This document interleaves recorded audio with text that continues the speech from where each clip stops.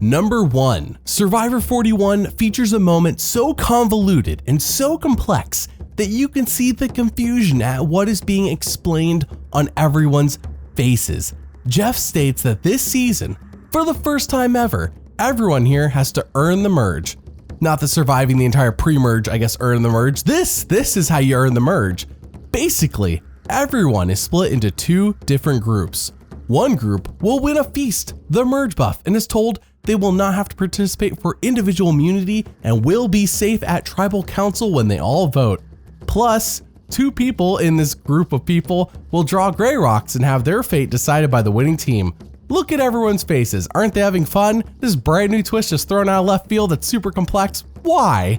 Nasir and Erica draw the gray rocks, while the blue team gets to pick who gets immunity, the merge buff, and also a feast as well. And the other person, they have to go to Exile Island. Because yes, there's also Exile Island in this twist. The winning team saves Nasir, and they send Erica to Exile. Now, historically, Exile Island has just been a place where you go to, you spend the night at, and maybe there's an idol clue there. So yeah, all of that to earn the merge, when usually it just was like survive tribal councils. Geez, Jeff, anything else you want to add?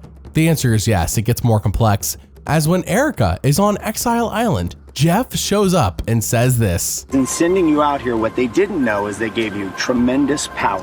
This is an hourglass. The black sand at the bottom of this hourglass represents the time that has already passed. This is the history of what has happened in the game. Yeah. If you want, you can leave the game in its natural state. And the events that have happened, happen. What is. That's our history. Yeah. Or, if you want, you can go back in time and change history. You have the power to reverse the outcome of yesterday's merge challenge. Oh so my God. Those that have immunity would have it stripped from them. They would have to compete. One of the 6 of them would be voted out. You and the other 5 would be safe and guaranteed a spot in the final 11. I'm going to leave you with this. If you want to do nothing, then just leave everything as it is.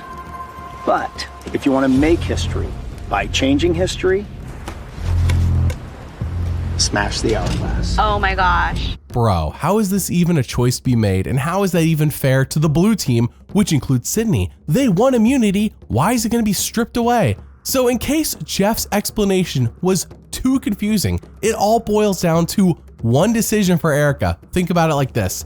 She either can pick to have immunity or not. If she has immunity, she can't be voted out at tribal council. And if she doesn't, she'll be one of 5 people eligible to be voted off. So you tell me, does Erica really have a choice here? Does she really? I know Jeff said like 50 things, but that's really what it comes down to. Does Erica want immunity or not? So, duh, what kind of game design is this? Who came up with this complete nonsense? It would be an actual choice, though a dumb one, if Erica got immunity either way, but that is not what they're doing here. So this episode actually cliffhangs on will Erica smash the hourglass or not, and let me tell you, everyone who was watching live was like, oh my gosh, I can't believe I have to wait a week just to see Erica do what everyone knows she's gonna do, which is smash the stupid hourglass. She wants immunity, duh. So we jump to the next episode where Jeff tells everyone the big news, and look at that winning team's face. Yeah, look at all their faces. They're told all their hard work they did in the prior episode was for nothing, and Jeff lied to them.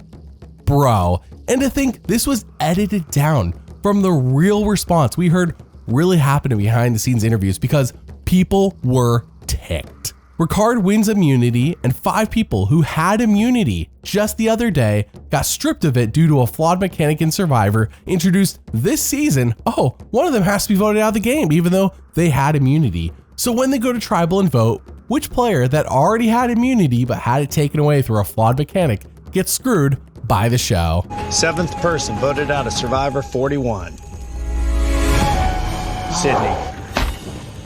Sydney, the tribe has spoken.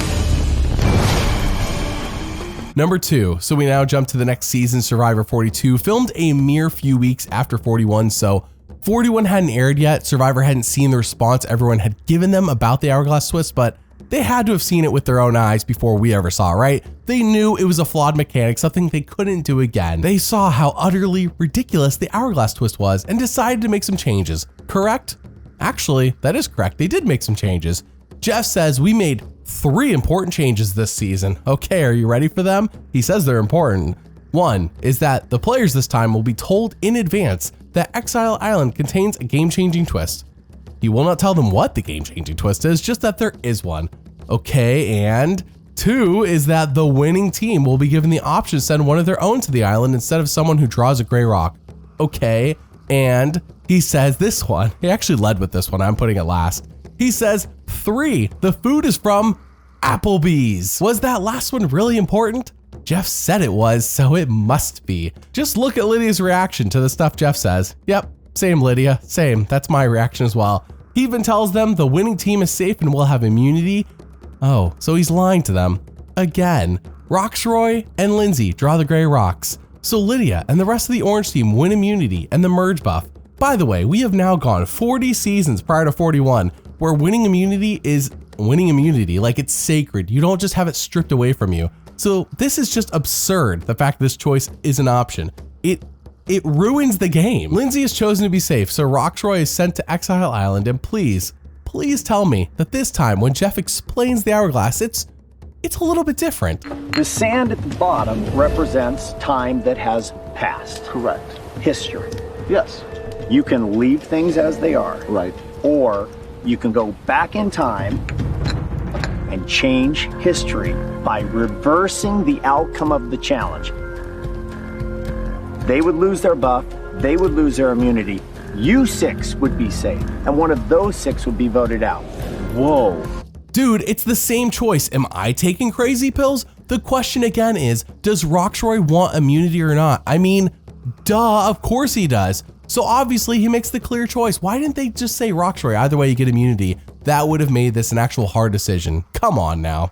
Tori wins immunity. And again, 5 people who had immunity now have a chance to be voted off for no good reason. I'm dumbfounded. Why? Why? So we go to Tribal Council to see who gets screwed this season like Sydney did last season. First vote, Jonathan. Lindsay, 1 vote Jonathan, 1 vote Lindsay. Jonathan, 2 votes Jonathan. Marianne, 2 votes Jonathan, 1 vote Lindsay, 1 vote Marianne. Marianne, we're tied. Lydia. Lydia.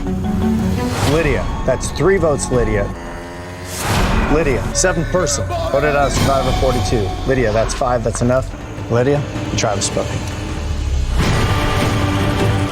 Time to go. By the way, thank you for watching this channel and supporting us by liking and subscribing. If you want to help pick what videos we make and watch them all weeks and even months early, then consider financially supporting us on Patreon. Patreon even has a free tier so everyone can join. Thank you for your support. Number 3, let's jump to season 47, where in a rare episode of No Force Twist, at least rare in the newer era of Survivor since Survivor 41.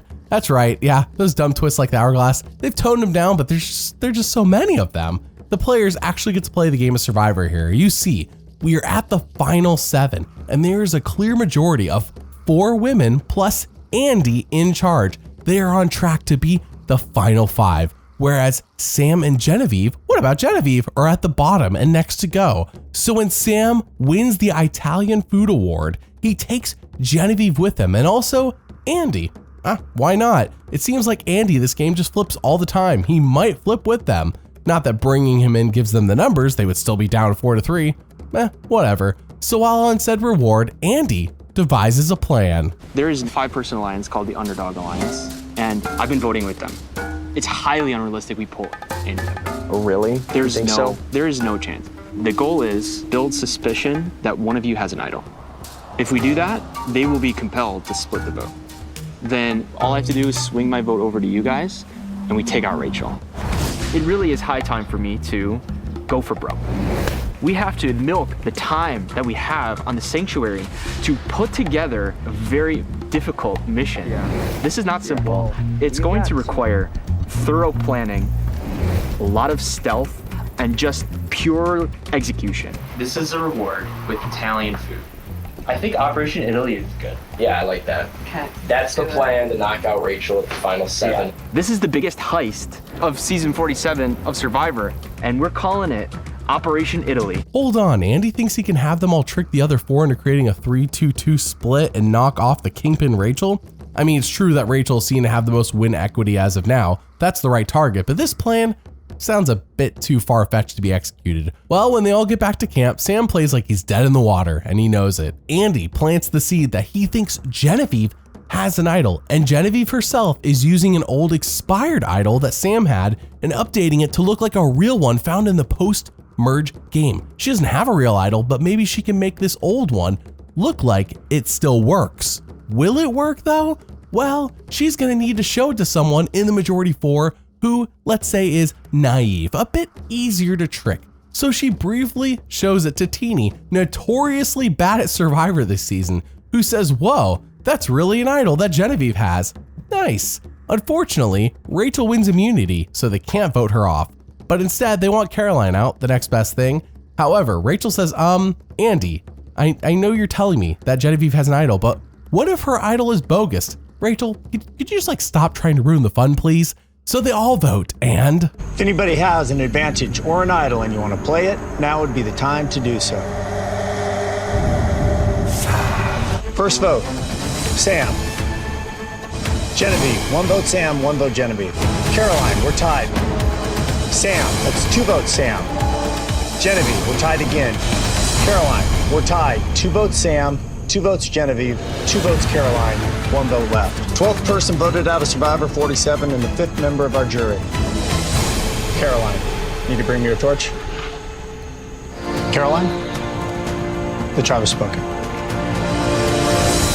Number 4, let's go to season 28 Cagayan, where the GOAT of Survivor, Tony Vlachos, had his start, his origin story, one might say. You see, he never stopped playing. Even while others were resting, Tony was going hard, thinking of new plans and just trying things constantly. Whether the idea was smart or not was beyond him. He just wanted to try new things. He tried everything he could to win the game, and in episode 1, he had the makings of a genius plan. Trish and I we're walking on eggshells with these people. And that's when I came up with the idea, like, to try to spy on them. So as I'm building the shelter, I'm trying to act like I'm trying to protect them from the rain and everything, but I'm building a spy shack. I'm trying to cover up a little cubby hole in the corner, and I'm gonna run around the beach and crawl up to here, and I'm gonna be right here listening to what they gotta say.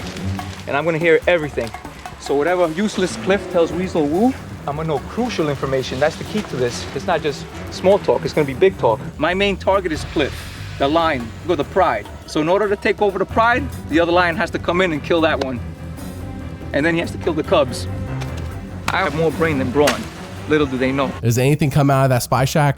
No. But was it an amusing thought with some potential? Oh, absolutely. If Tony could spy on conversations that his tribemates are having, then he could learn valuable secretive information to further himself in the game. We know this, Tony knows this, so come the post-merge game, he goes, wait, what if I build the spy shack again, but this time by the water well where everyone goes and talks? Most people, including myself, we go all the way to the water well because it's a bit further away from camp where people can't hear you, and that's where they talk strategy. So I started working on some blueprints to make a nice little shack around the water well. I'm sorry, but I don't want to be fooled by Tony because I feel like, honestly, he is playing us, Trish. But I definitely think that Tony went into the wrong business. I think he's an Academy Award-winning actor. I know, but we got to be careful with that.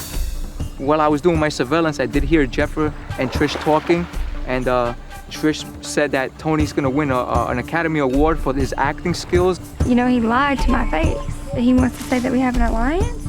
Right now in the game, I trust Trish, I trust Woo, I trust Cass. That's pretty much it. Did Tony learn anything of value?